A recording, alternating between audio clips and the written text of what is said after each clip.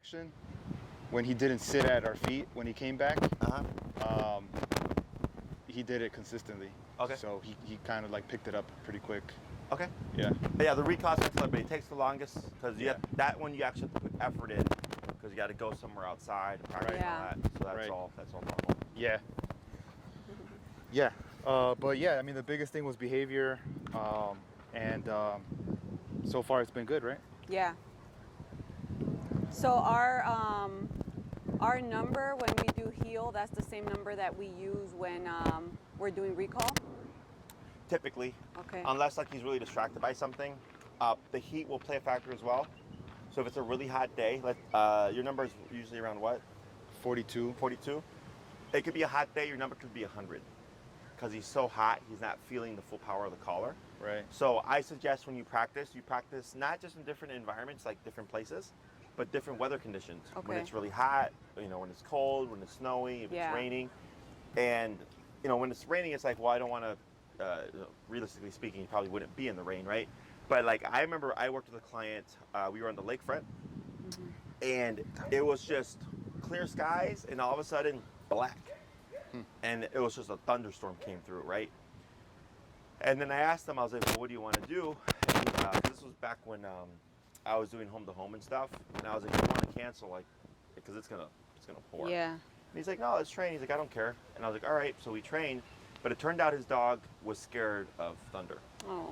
But he didn't know this because inside the house, the dog didn't care about thunder. Right. So when the storm rolled through and I saw his dog get kind of weird, I asked him, I was like, is your dog scared of thunder?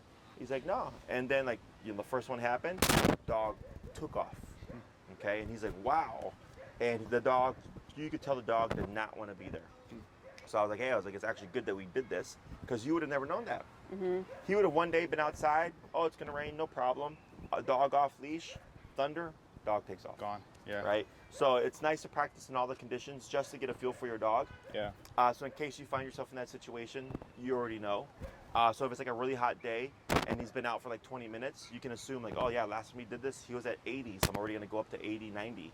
Because I know when he gets really hot, he doesn't feel the collar the same. Right. And then like, let's say it's really hot, your number's higher, he's responding fine, and then you stop, you rest in the shade for 15 minutes or so, you wanna bring your number back down. Because now that he's cooled off, he should be back at his normal 42-ish level. Right. Okay? Anything else? Because yesterday when we were doing it, he like cried or what? He Yeah. like- Yeah. What would you describe it He as? yelped. He Yeah. yelped. Yeah. He whined a little bit. Like twice. We did it. We only At the did 42? it. Yeah, at the 42. Or I think actually it was at 40, like 45. Okay. And then we brought it down to 42. He still yelped. Uh-huh. And then the third time or so that we recalled him, he didn't yelp. But that was like the last time that we did it. So, You did it? Sure. So if, like, let's say next time you practice with them, if he's yipping off the get-go, you could dip it down. If it's consistent, right? So like in the beginning, the yip can be surprised because the dog's not expecting it to be higher. Right. But then if it's like, yeah, 45 he's yelping, 42 he's yelping, but it's better to work higher to lower than lower to higher. Right. Because when you do lower to higher, the dog will take that time to act out, right? But if you start up higher to lower, it's more like you're coming in like, I mean business, and then you're just adjusting it because ideally we don't want yelping. Right. So, and then if you find like every time you come down to 35, he's good. Every single time you go to practice 35, you're going down now, then your new number might be 35. Okay. Okay? Yeah. But just don't get stuck because sometimes what happens is the number goes higher, and then we figure out a lower number, and then the dog regresses because now the number's lower, and then the owner will think to themselves like, oh, my dog is doing good on 35. But let's say the dog regresses and starts to be reactive, the owner will stay stuck at 35 because they're thinking, well, it was working this low, but I go, but it's not working anymore. You gotta go back up again, right? So he gives you the feedback. Okay. If you're at 35 and he's great, no problem, no reactivity, he's doing good with people and everything, 35 is good. But if all of a sudden you go from 42 to 35 and we start to see reactivity again, or he starts to be a brat with people, then we bring it back up. Got it. Okay? Okay. Yeah, that's good. Yeah. Anything else? Nothing right now. Okay. I think today we're gonna do the socialization stuff, right? Yeah. Did you bring rewards as well? Yeah. We Excellent. brought You get them set up. Yep. You want to put the muzzle on them already? Yeah. All right. Let's see.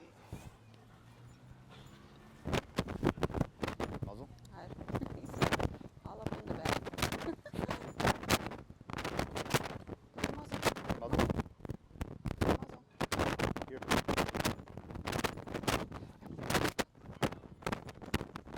He used to know the command for muzzle, but we stopped doing it. Sure. We didn't really have the, I don't know, we weren't comfortable doing it. There you go. Oh, look at that. Yep. There you Good. So he's a little rusty with it, but he knows go. it. As long as he doesn't fight it or Yeah. try to remove it, you're good. Yeah, no, he doesn't. He definitely, is that good? Yeah. Want a little weenie? Give it a little bit. Good job. So here, Yeah. that's a nice one. So with the socialization stuff, there's two approaches here. Okay, when it comes to Nacho, it's people coming into his space, and then him coming into people's space.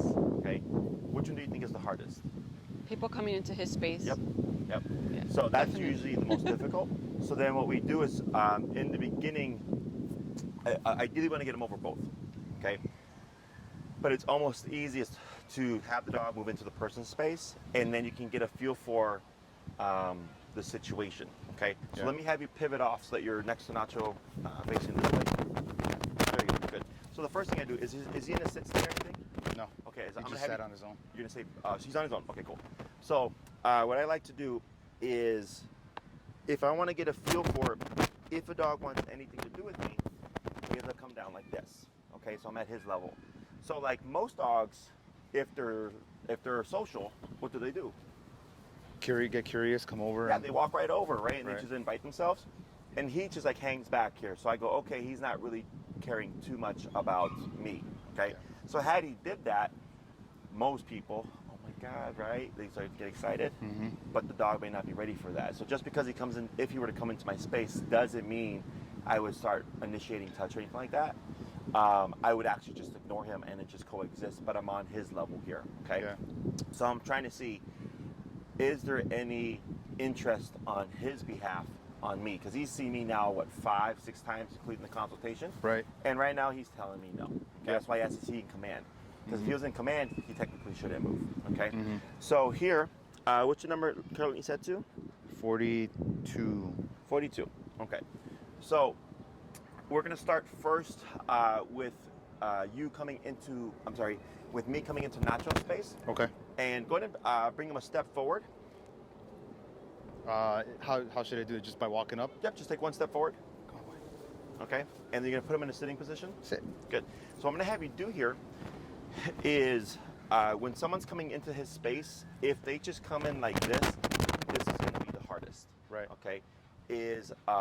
I have a very specific way of holding the dog so that if he tries something, he's not going to get far. Okay. And it puts you at the greatest advantage, okay? Okay. So what you're going to do is you crouch down next to Nacho. Okay. And then with my right hand, I have the leash higher up by the collar. Mm-hmm. Like that. And then with your left hand, you're like this. Okay. What about the? You can have the remote in your right hand. Okay. Got it. Like that. There you go. Like this, okay? So what that does is when we approach, we want to avoid the front first, is I actually come from the side. Okay? Okay. So we do this when I'm approaching, it's very step by step. Because you're trying to do a very controlled situation where he feels more comfortable. Yeah. So like let's say I approach like this, right? And he's already growling. Mm-hmm. What does that tell us? Back off. Back off, right? Right. So what you would do is you would correct with the e-collar, okay? Okay. And then we see what happens. And let's say he growls, you correct him, and he does this. He opens his mouth, he's panting. Mm-hmm. That's relaxed state, okay? Okay. So then we move on to the next step. So let's say I walk over like this. Mm-hmm. He growls. I don't want to go to the next step because he's not ready for this one yet, right? You correct him. he takes the correction, he goes back to panting, he's relaxed. Then we go to the next one. Okay, so what people try to do is they approach the dog's growling and they keep going in, and it just keeps escalating. Yeah. So now, obviously, the dog's gonna blow up or try something because he was stacking. So every time so he has to try the growl, he has to do these things and be corrected to learn, like, hey, bud, this is not acceptable. Okay.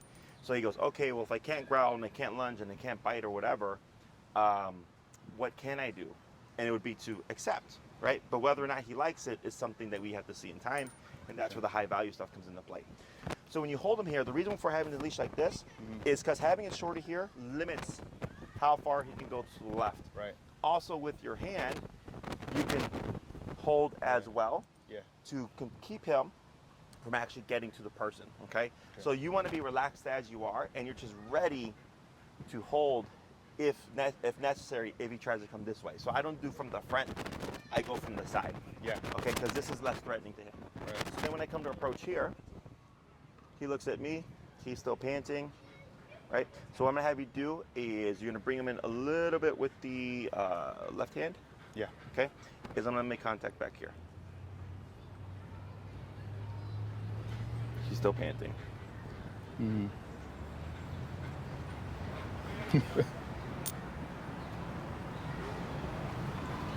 And then the food, Okay. okay? Reward. Yeah. Yes. So here, Good job. oh Jesus, I was like, what the hell does that have to be? Oh wow. Get out of here, B. This is not for you. Yeah, Nacho. Good. Right? So go ahead and bring him in a little bit closer. Good. Good. So as long as he stays panting, that tells us he's in a relaxed state.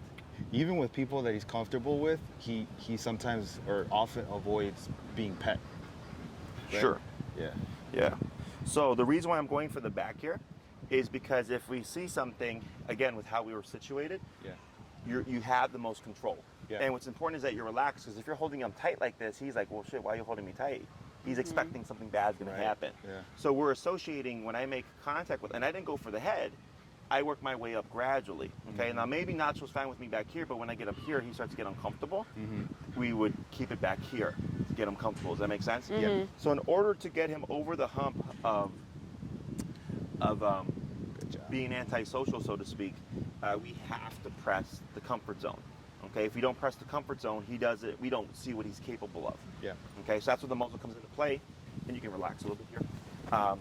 Where the muzzle comes into play is it allows you to relax, not worry about like if he tries to do something, is he going to hurt somebody, right? And also the person who's trying to help you. Yeah. So, but what's very important here is that our energy is, of course, neutral. People think that dogs like the whole high pitch Excitement. excitement. Yeah. They don't, especially nervous dogs. Right. Nervous dogs don't like big energy.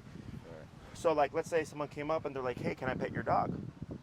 And you're like, "Sure," but you know, we're training him, and it has to be done a very specific way, right? And they're like, "Oh, but I just want to pet him." No, thanks, right? Because they just want to pet the dog. They don't really. Yeah. They're gonna want to do it their way, and it's probably gonna be wrong. That puts them in a bad position. That also puts that person in a bad position, right? Yeah. So you can absolutely say no.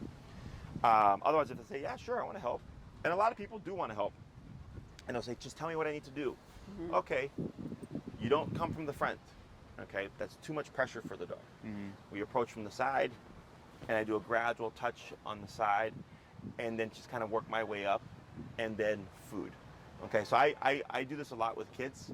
With people when they get their puppies and stuff, I'll tell them whenever a child interacts with a kid, dog, puppy interacts with your child, give them something very high value.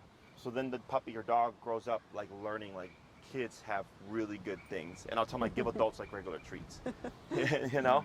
It's a good strategy. Yeah, so same thing here for this guy, but we want to use high value stuff for him, okay? And I would change it up. Don't always use ham, use cheese, use turkey, bologna, you know, steak, chicken. So it's always something different. Otherwise, at some point, he's like, "Oh, well, Ham shit, again." I got ham again." Yeah. Exactly. You know. Yeah. So here, now that he's got a little bit of familiarity with me, go ahead and give slack on your leash.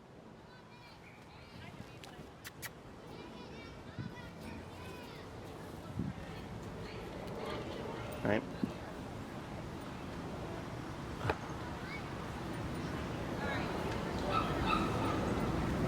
And you see, I'm not putting it in his face. Like what people like to do when they give treats, they go like this. Is I always like to just offer it, and then if he wants it, he's gonna come in. Going to give a little bit more slack. Yeah, it's sort of like you're letting him come to you. Exactly. Yeah. Right. So now what he'll start to get conditioned is when someone crouches down, because early he didn't want anything to do with me, right? Is he's like, hey man, every time I see Jesse, he like, when he kneels down, he's got something for me. So then you'll start to see him move in on his own. And what we're addressing here is a natural hump that he has of apprehension with approaching people, right? So, and if as long as he has that apprehension, he's not gonna want to interact with them. So this kind of helps. How'd you say? Get him into that social bubble. There you go. Good. Now here. Good. The B. Yeah.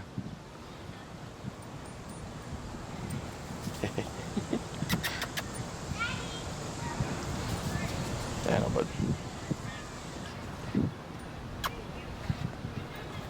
yeah, no. Can be. Yeah, he likes chasing them usually. Oh, does he? Yeah. He's not allergic, I hope. He's not. Yeah, I hope he's not He's allergic. eaten a couple, so I don't think. I had a client's dog. They sent me a picture, and their dog was like all sorts of like swollen from some kind of bug bite. So here, I'm keeping my energy neutral. So we have both approaches. We have person coming into his space, very controlled, take your time, there's no rush. And then you're watching Nacho. So if he's like panting with an open mouth, that's relaxed state. Okay. So like, let's say I approached him and he didn't growl, but let's say he closed his mouth. That's what we would call loading tension, okay?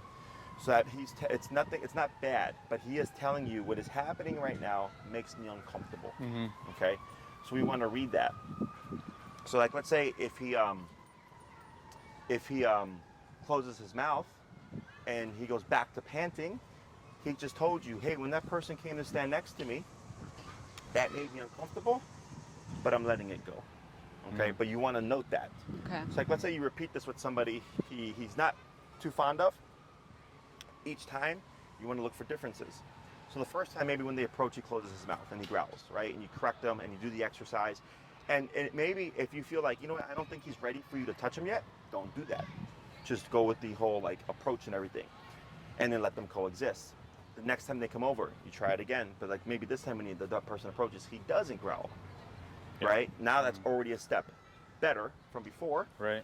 Try to push as far as you can. Maybe he's still not ready for being touched. Not a problem. Go back to coexistence, okay?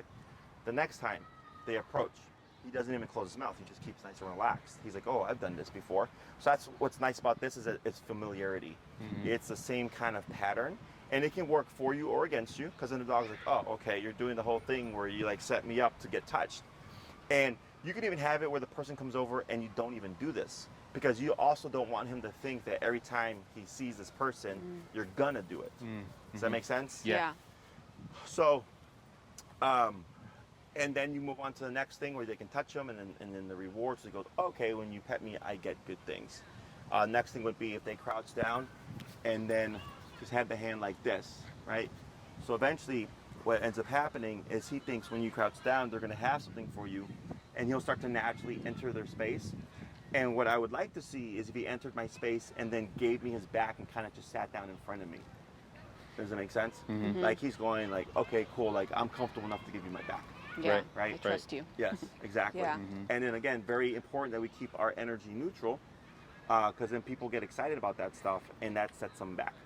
Okay, just because he is growing to like them and become more trustful of them doesn't mean he's gonna like the bigger energy.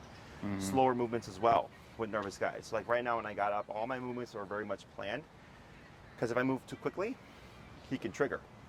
So the whole how all this has been building up is week one with the finding the number, bumping up higher and stuff to help him settle those nerves. Okay. Yep. So now, so I think the first class I saw you after the consult, he barked at me, right? Second class, he didn't do anything, and I don't think he's done anything towards me since, right?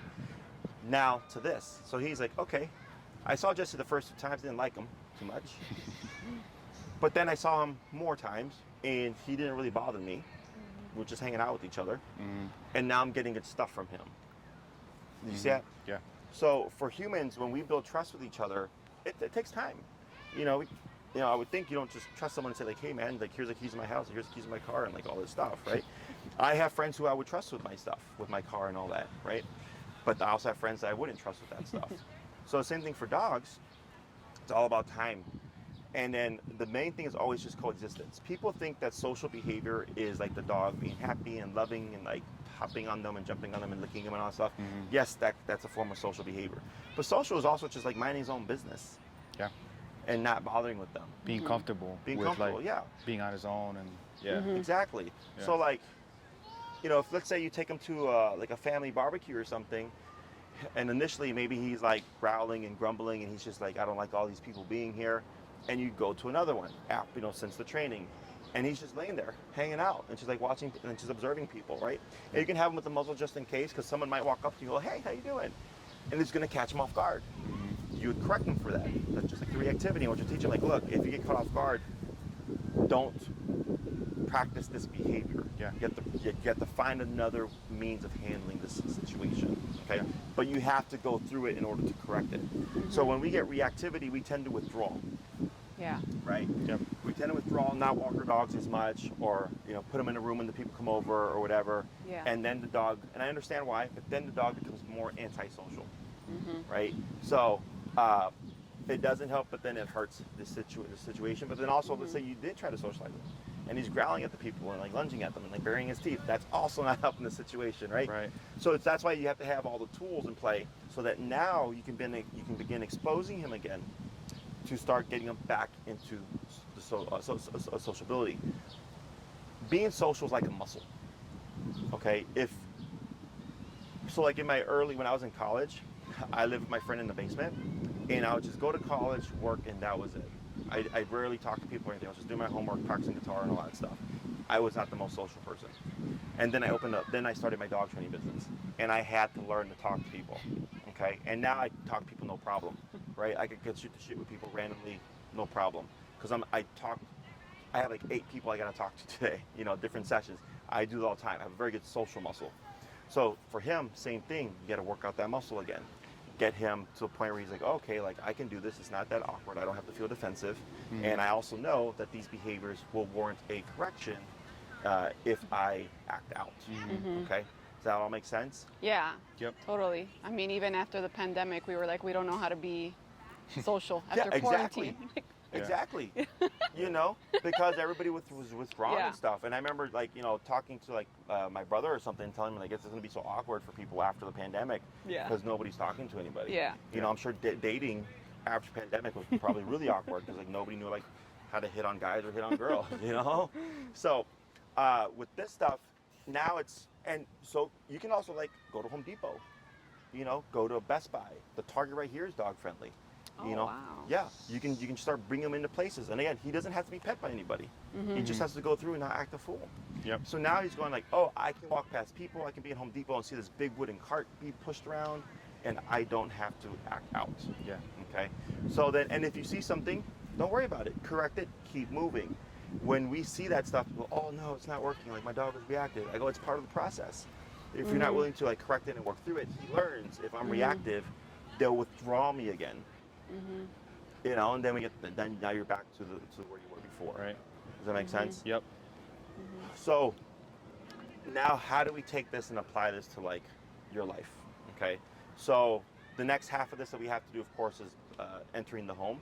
So like, let's say someone knocks and he starts barking and stuff, and you try to correct them, and they come in and you try to do this exercise, it's not going to go well because he's still loaded from the knock.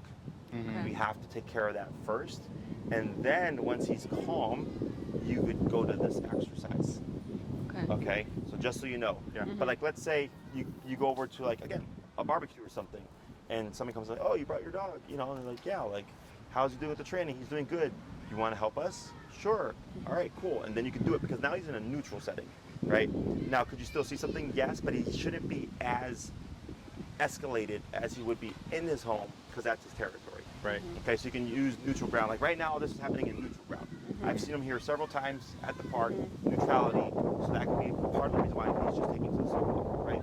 But then maybe when you go into a yard type of setting, it might be a little different, right? So then it's getting a feel for how does Nacho respond in, someone's backyard versus in our home after we've backed them away from the door, Yeah. at the park, at a different park, at a different person's house, things like that, okay? Questions on any of this so far? Yeah, no, I mean, it's kind of like the other proofing, right? Sort of like you're practicing this in different contexts, different settings, Yes. trying to get him comfortable and Yes. different, and working out this like this muscle. So like that's one strategy, like to do that approach when we want to like let people into his space.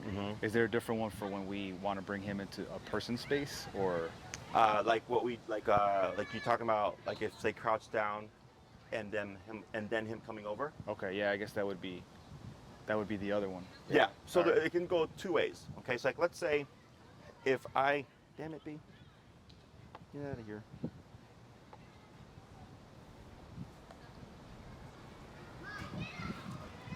All right. So here, with this, this bee is being a distraction. So you see how now he's kind of like not so much into it? That could be because he's just distracted, but.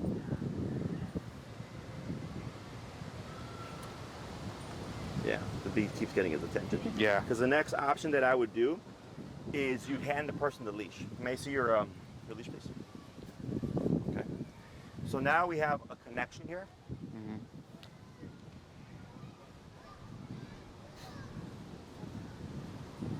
I just put a little bit of leash pressure here. To just like kind of lead him to me. Yeah. So then yeah, so it's the bee again. Perfect. I used to turn about it. The bee. But all I did was a tiny, tiny little bit of pressure. Yeah. Let's try it one more time. Good. So like dogs that do not want to be social, they will pull back on the leash. Like you'll try to pull them, and they're doing this. So if you try to force him as he's doing this, oh, you're for sure gonna see something. So like let's say the person crouches down, and he doesn't go towards them, and they put their hand out with some turkey or whatever. He doesn't go towards them, but he looks relaxed. And you want to give him some kind of incentive, you just simply hand over the leash and just tell him, like, give him a little bit of pressure, okay? Like this. It shouldn't take a lot if he's going to be willing. When he's not willing, it's going to be obvious, okay? And if they're to continue to put pressure on him, when he's not willing, it's not going to go well, okay? So if he was like that, we would be approaching this case differently. Right, so during the consult, I was like, I don't think your dog's aggressive. I think your dog is just already stressed, and then putting into a situation where he's getting even more stressed, and now he's just escalating from that. So all the stuff that you've done the past couple of weeks were to bring his stress levels down. So now we're building from 0 as opposed to building from 3 to 4. You know, so it's like if you're already having a bad day, and then you go to work, and then like more shit happening, like it just like makes you even more like irritated. But if you start off your day neutral and you're feeling good and you go to work and something happens, it's not the biggest deal. You know what I'm saying? Right. So same thing for the dog, is that's why all discipline is important, and it's hard for people to believe that the discipline that we did helps calm the dog down. But this is how this stuff works. I have a case that I have later today when I would pull her, would poop. She's so scared of people, right? And she's fear aggressive. So the moment I would pull her, she started freaking out, and it would be the tiniest little bit of pressure because the brain does not want to meet me.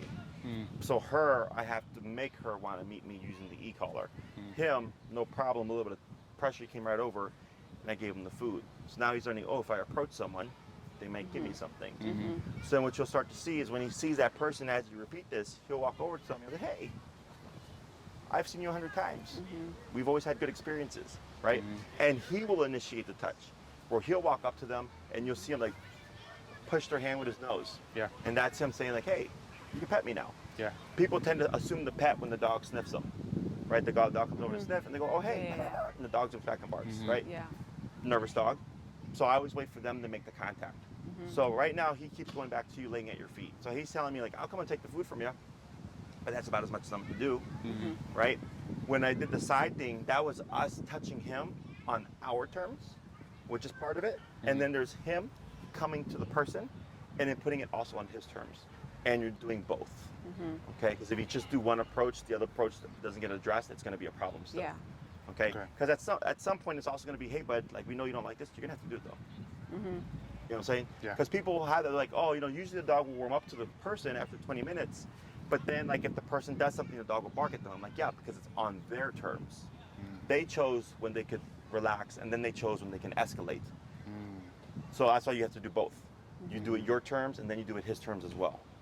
Okay? Yeah. It makes a lot of sense. Because we've had very, very limited success with, like, just giving him, like, with our family or whatever, like, hey, here's some hot dog, give him a hot dog. We're kind of hanging out or whatever, a few of us. And he'll take it, and then, like, one time you actually said this, right? He'll take the food, but then he'll turn around and be like growling or like get ready to lunge or you know. Right. So was it more like, let's say he was being tense and they're throwing it at him to kind of get him to relax? Was that like the approach? That's happened. Yeah, probably. Because people want to keep their distance. Yeah. So yeah, it's super common. So that's why this is important, because right there, nothing has calmed him down. Right? He's still in a suspicious state.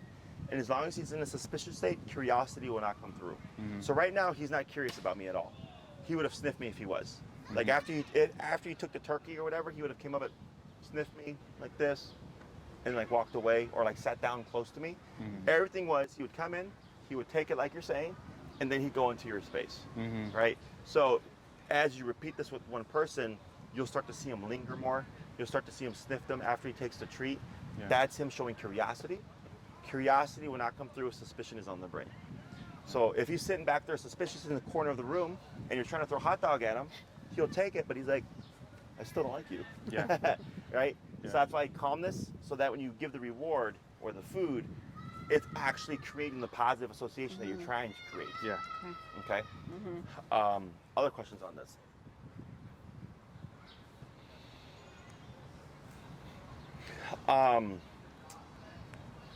Do you, aside from like the training stuff, like where do you take him? Like, does he go to, have you tried going to a friend's house with him at all or no? No. Yeah. No, we haven't. We've pulled back since. Yeah, in fact, I guess we've probably withdrawn, mostly because we thought that that was like best for him. Like we don't want to bring him into social settings if it's going to agitate him. So I think that's why we've probably withdrawn. Yeah. Usually it's a lot of people, so Right, like we wonder can't if control. it's overwhelming. And that can be a thing. Yeah, like I think he does better with smaller groups, and sometimes we can't control the size of the group. So we're like, especially like more people in a smaller space, it's more crowded, and I don't think he likes that. Sure. So And that's okay, right? Like I don't like being with a bunch of people in a small room. You know, it's just like it's too many people. So for him, you'll learn his limitations, and you'll go like, hey, 3 to 5 people, he's great. One-on-one, he's awesome. But anything more than that, he's usually uncomfortable. You can't make him comfortable. Okay, we can try, but if ultimately he's like, this is too many people, I'd rather just be off in my space by myself, that's technically fine. So that he doesn't have to feel like he's gonna be in an overwhelming situation, because that's just setting him up to fail, right? Yeah. And setting him up to fail with like no real benefit. It's one thing to set him up to fail and so that you can make successes, right? And one thing to set him up to fail and it's not gonna have any benefit to the dog, okay? So, you know him better than I do when it comes to that, but I would definitely say, you know, if you can go over to a friend's house and you're like, hey, do you mind if I bring my dog? I'd like to try out what my trainer showed us and stuff like that, and we just wanna see what's going on. And you try it and it goes well, great. Now you got your motivation to keep doing that stuff, okay?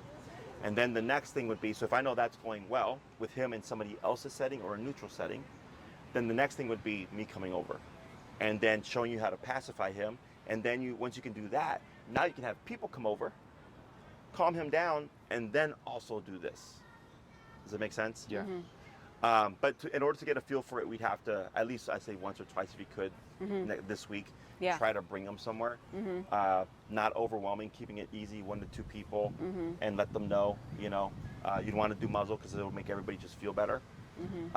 And then if it's like both times go south, you let me know, because then I have to figure out why did it go south. It's nothing good, it's nothing bad, I just got to figure it out. We would still do me coming over, and then because that would make this part harder. So then once we figure that out, we try it and see what happens, and then I would help you figure out like why did the other 2 or however many times you tried went wrong. Okay. Okay. So what we try to do though, because we want him to get comfortable to see people, is that when people do come over or we go over to someone's house, like we want him to at least see them. So sometimes like we'll walk him through so he can kind of see that people are there. Or like when we go to his parents' house, he'll stay in the yard and people will be on the deck and kind of see him. I don't know like how we would like, what we would do now in those situations, or what do you think? Like, Yeah, is that a good practice? And what do you think about that? Is that like? So there's no I mean, right now or- we have something to implement, right. but Like how do you implement it in? yeah. Yeah. So going into someone's home, I would walk in with him. I think the walk around is a good approach, and they just ignore him, right? They're just there watching TV, whatever. You just walk around with him, and you can, and then just come to a stop, and then maybe somebody gets up and moves around, see how he likes it. If he stays like this, panting, totally chill, he's not bothered. Then you can segue right into the exercise that we just did. Okay. Whether you give them the turkey and they bring their hand down like this, or you try the from the side approach, and you can mix that up however you like. Okay. Or you go over to somebody's house and you just have him there, and he lays down at your feet anyways, right? So you're just chilling at the couch watching TV, and you see how has his behavior been impacted if somebody gets up to like go get something from the fridge, or if somebody gets up to use the bathroom. Does he grumble and bark like before? Right? Because remember they're in the consult. Like at the beginning, like he was grumbly and growly, and if I moved and stuff, he would growl, and then I had to get the bump the number to correct him, calm him down, and then when I would make movements, he was fine. I think there's only maybe one other instance in the consult that you have to correct them, right? Yeah, I think so. Yeah, and then every other time you see me here, it's been peaceful coexistence, other than the first time. So that's what I want to see as well. Is okay. Let's say we're not going to socialize, and we're just going to bring him over and see how he does with people getting up and moving around. Does he still become reactive to that? Okay, and if he does, you just have to correct it. It's just part of the process. Okay. But what some people like to do, it's an approach. It's just the most realistic approach, because especially during the wintertime, is like if you meet the person outside and you go for like a little walk around the block, and then come in, and it would be the person, and then you with Nacho walking right behind the person. So it's kind of like a like one unit type of thing. Because if you bring Nacho in first and them in behind, sometimes the dog will turn around and become territorial. Okay, so if you flip it, you can avoid that, and then I just go into coexistence and see how he does. Okay, but during the wintertime, nobody wants to like, go for the walk and stuff. Yeah. So that's why I usually try to approach things like how it would just be, like you just enter the room, and just see how he does. So we could probably find some people to do that, maybe. Yeah. One thing I guess we were wondering about was that, so still to this point, when there's other dogs around, so like some of our friends do have dogs. So I was like, well, they have a dog. We know that he'd probably be cool, because usually if there's another dog around, he's a lot more, he's I guess he more ignores social. people. Yeah, he's certainly more social. Yeah, I've seen it happen before. Yeah. Because the dog puts him in a different space that he doesn't end up caring as much about the people involved. Yeah. So obviously we want to go somewhere else. So we'll find somewhere else. Yeah. But yeah, I just wanted to mention that, because we thought that's interesting that when there's a dog around, he's like in a calmer state or something. Yeah, no, I've seen it lots of times where the owner's like, my dog, if they don't have a dog and they come into my house, no problem. Like it's going to be a problem. And if they come in with the dog, not a problem. Yeah. Because the dog is so like tuned into the other dog that they just don't care about the people. Yeah. So it's not common, but I've seen it throughout the years. Yeah. Okay. And you could do that too. Use it to your advantage or whatever. But definitely we targeting the things that would be the hardest for him, because that's where you need the help. Yeah. Other Okay. questions? So do you recommend that? I think he does better in smaller groups. Would you agree? Do you recommend now with this that we've learned that we start out with small groups, or would it be too much if we like try to do this in like a bigger group? Or mix it up and like. Yeah, I go would back I and- would do small group that you know that he'd be comfortable with, or individuals. See how he does, and then you can try like a bigger group. And if you're like, oh wow, like he's actually doing pretty good, you know, then you know like okay, it's not just 5 people, he can do up to 10 people, right? And then maybe you hit 15, 20 people, and that's where he becomes too much.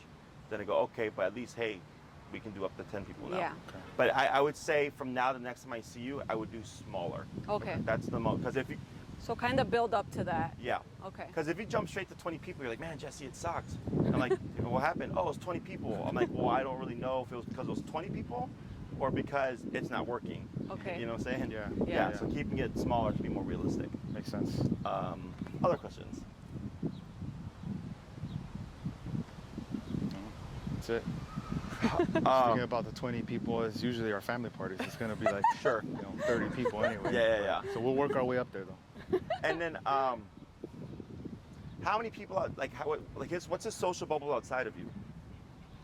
So he's all right. So he's so my niece and my nephew have dogs. He loves them. He's good with them. When he was a few months old, we took a trip to Mexico and we left him with my brother and my niece. And so he's really good with my brother. So like there's a couple of people within my family Okay. that he gets along with really well, that he's got like, he jumps in every time he sees them. He's really sure. happy, Mhm. all that stuff, like the conventional social stuff. And then, yeah, recently, I think we mentioned like a couple sessions ago that he used to be a little bit nervous around like my parents. And since, I don't know, after started training, and then he's seen them again and again, like repeatedly from afar usually.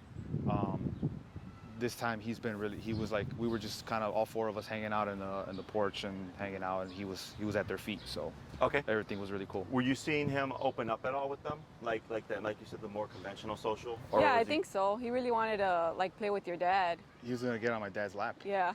Yeah. Yeah, that's good. Yeah. Yeah, like that's how it's supposed to work. Okay. Okay. So, and that's actually one of the signs when people ask, like, how do I know I can trust my dog? Like, I don't need to muzzle him and stuff. I'm like, they will treat that new person like you, right? Or like anybody, like, or anybody else where, like, maybe with you guys, he's like super excited, and with other people, he's still excited, but not to the same degree. It'll be more like that, where you'll start to see him like, spinning around in figure 8s or whatever, or like trying to jump up or bringing a toy, or like booping their hand with his nose. You're gonna see him be like, hey, that's how you can start to kind of recognize, oh, like he's opening up and he's becoming more social, which, if you do that with enough people, and then you have 30 people over, but that's all the people that he's super social with, I would think that wouldn't be a problem. I mean, it could still be, but, technically speaking, he should be fine with that. Yeah. And then there's my sisters who are less like dog. I wouldn't say they're not dog people, but They're not dog friendly. I don't know. But we've tried to like to do the like take a treat, and then my sister, I guess she got a little traumatized because he took the treat.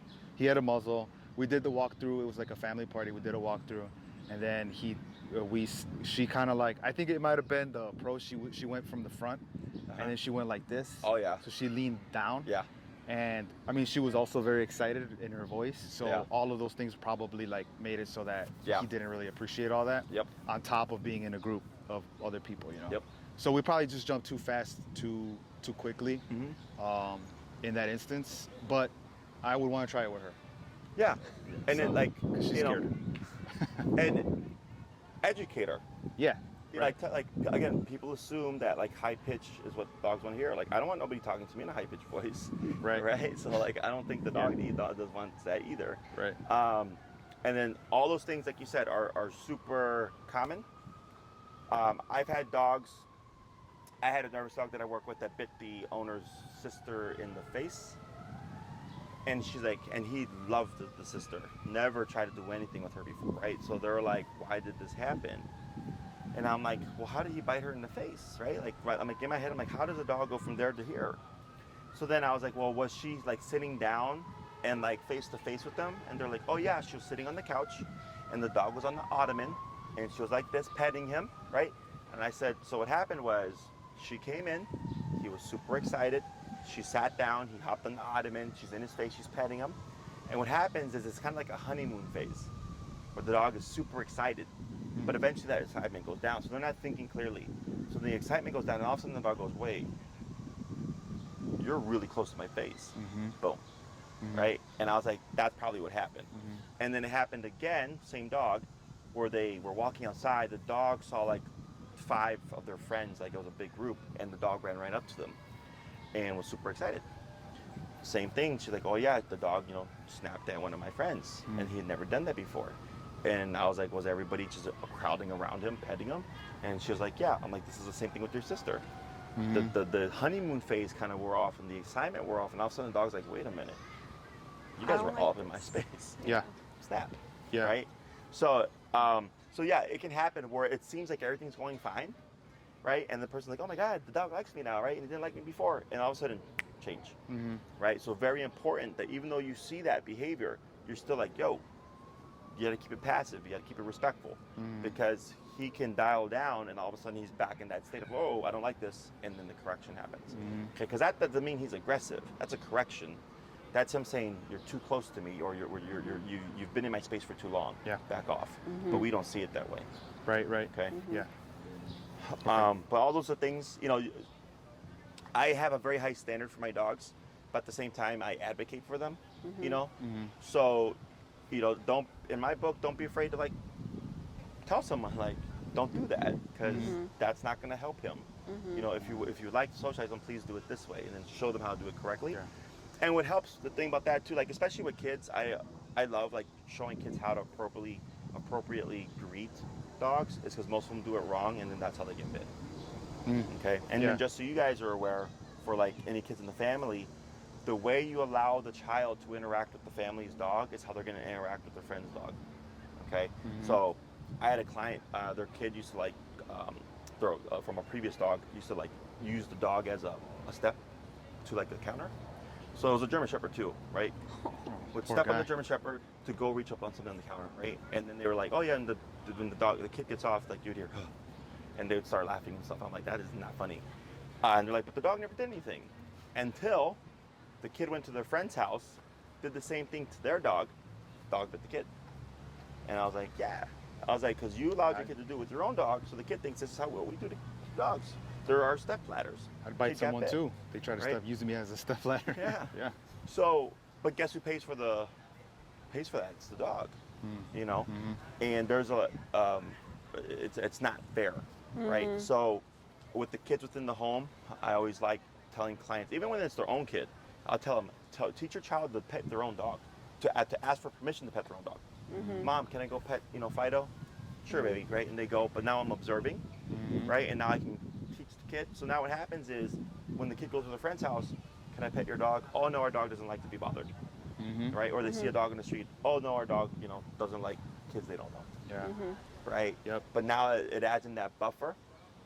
So it's a small little detail, but it means a lot. And I've had plenty of calls about dog bites to kids. Usually, no one's around. So I'm like, that's on you as an adult dog, right? Because they'll be like, oh, but I have a golden retriever. I'm like, oh yeah, and they're like, and they never bit my kid before. I've had him for 5 years. I'm like, yeah, and your golden retriever had 5 years of being annoyed, and then one day when you weren't around, the kid was doing something, and the dog goes, not anymore. Boom. That's super common. Or like, kids just being allowed too much freedom with their own dog, and they carry it over to another dog, and the dog bites them. So I always tell everybody, always never leave a child unattended. I don't care what kind of dog it is. Golden retriever, whatever. I don't care if it's 10 years old or 1 year old or 3 months old. Like always, attended. So, any other questions about this stuff? Questions about kids? No, I think we just use high value treats. Try to do the same approach. Yeah, and then especially with the kids, because kids like they're boisterous. Yeah. Teaching them how to be calm with the dog, and then I've heard it plenty of times, but Jesse, like, I can't get my kid to calm down. I'm like, all I know is when I grew up, if I was excited, I got to fucking whop upside the head and calm me down real quick. Not going to tell you how to raise your kid, right? But, nowadays people, like, it's a thing. Oh, but my kid won't calm down. I'm like, because you're not making him calm down. You know what I'm saying? Yeah. So if that's the case, and I'm like, if you want to pet my dog, you have to do so calmly and quietly. Yeah. Like, no, I want to pet the dog. You're not going to touch my dog then. Yeah. I've had to tell that to kids. When I used to walk in the South Loop, because I used to have my 3 dogs, kids always wanted to pet my pet. And I was like, if you do it respectfully, I'll let you pet my pet. They're like, no, I just want to pet your dog. I'm like, no. I'm like, unless you're going to follow my instructions, you're not touching my dog. Bye. What do you do? So like, there's been plenty of times when, and I guess now we have the tools, like we have an approach now, but before, like, yeah, we've had like kids that start walking and they're walking towards you and we're like, pivot, and we walk the other way and they keep following you, what do? You just pivot and like. I bark at them. Yeah. So it's happened to us. It actually happened to us here. I was with a client and the dog was friendly. The dog was super social. And these 2 kids run up with the little golden doodle puppy and they're running up like this, right? To like all these random dogs in the dog park, and they're probably like maybe 9 to 12 years old. There's 2 little kids, and they come up running to us, and I put my foot out like this because they were running straight for the dog. So I got between the dog and the kid, and I went like this because they were like this, right? They're not taking a look at what we hear, and I was like, no, right? But what happens is when they see this, it catches them off guard, right? They're like, why is there a foot like sticking out? And then they look up, and I go, no. Right, because they're so zoned in on the dog. So here, same thing. If the kid's approaching, I mean, you could pivot and just walk away. But if you have to stay put, I just get in between, and I'll do something like that if the kid is too focused on the dog. Okay. And a very firm no.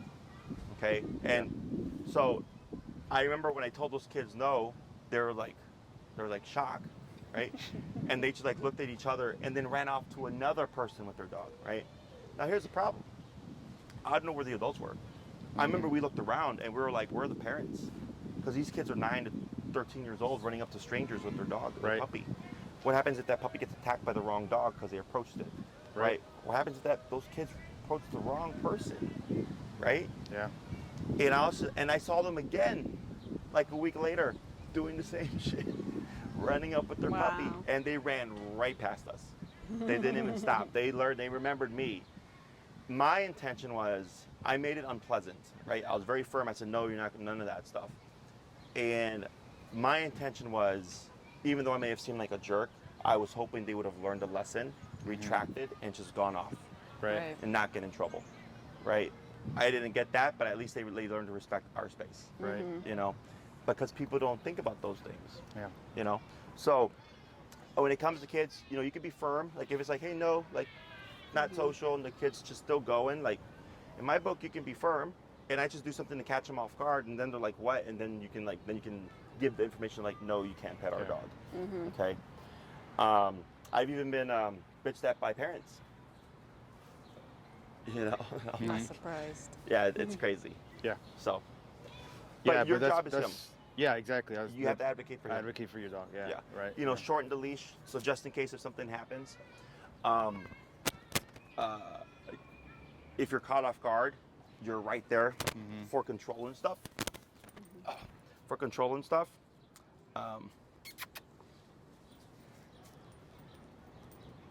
Tired of him. There you go.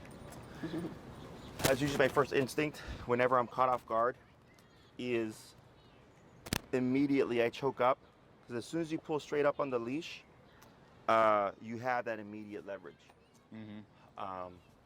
And then you can intervene or whatever if you need to. And I've been charged by off-leash dogs. I've been attacked by off-leash dogs. Kids running up, all that stuff. Other questions? Nothing comes to mind right now. What happened? Good. So here, that's what I was hoping to see. We had no tension. Not even when I was going to make contact with him. He was kind of, I don't know if you saw, he was kind of tucking away from me when I was coming to pet him. Like the way he leaned into you. Most dogs will kind of go into a straight sit. And then after I pet him, he kind of tucked in like that. So he kind of made a little bit of distance, which is okay. But like something like that is a little bit of a sign of not too fond of the touch, at least not yet. Right. But it's all about repetition, okay? So then you're just looking for signs where he shows you like, oh, this is like how he behaves with like everybody else that he likes. And you're just helping him grow that social bubble.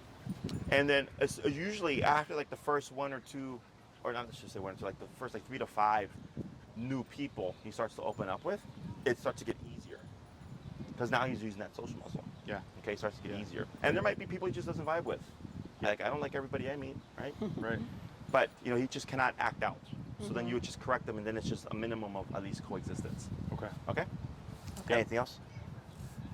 No, it sounds good.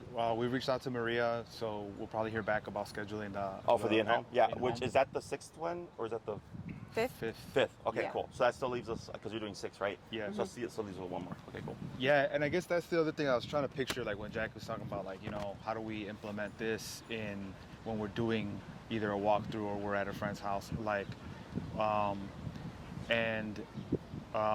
I guess it would make sense that, like, in situations like that, if there is a group and, you know, we kind of test the waters and maybe it's an off day or something, to have that place command pretty well set. Oh, yeah, right? sure, yeah. So You that's want to learn probably what we'll do. I mean, he knew it, and we never practiced He it. didn't like it. He hates the bed. We got him a big one for his size, and he just doesn't. He hates being. Is on it like a cloth bed? It's like the Nylon or? yeah, is like it a nylon material. Okay. It's not like rubber like that. Okay. I was going to say, because for these, like, longer coated breeds, it can be too hot sometimes. Yeah. Okay. But so I've had plenty of other dogs. Same thing with the owner. They're like, oh, my dog like hates the dog bed, and we teach them place, and then the dog starts using the dog bed. Oh. Okay. So once we cover that, and it's easy to integrate for, like, let's say in the situations where like it's not going well. Yeah. But you don't want to remove him, but you want to have control of him. Right. Because there's no right or wrong. It's nice to have just like different options. Yeah. And it's Yeah. an easy one. That one we can get in the class. That's not a problem. All right. Get done in the class. Yeah. Great. Sounds good. Okay, Yeah. guys. Yeah. Awesome. Yeah. Good Thank job. you. About what I expected from him. So then the next part is just learning to kind of give a bit of trust in him, that he's not going to act out, but then at the same time having trust in your tools, that you have a means of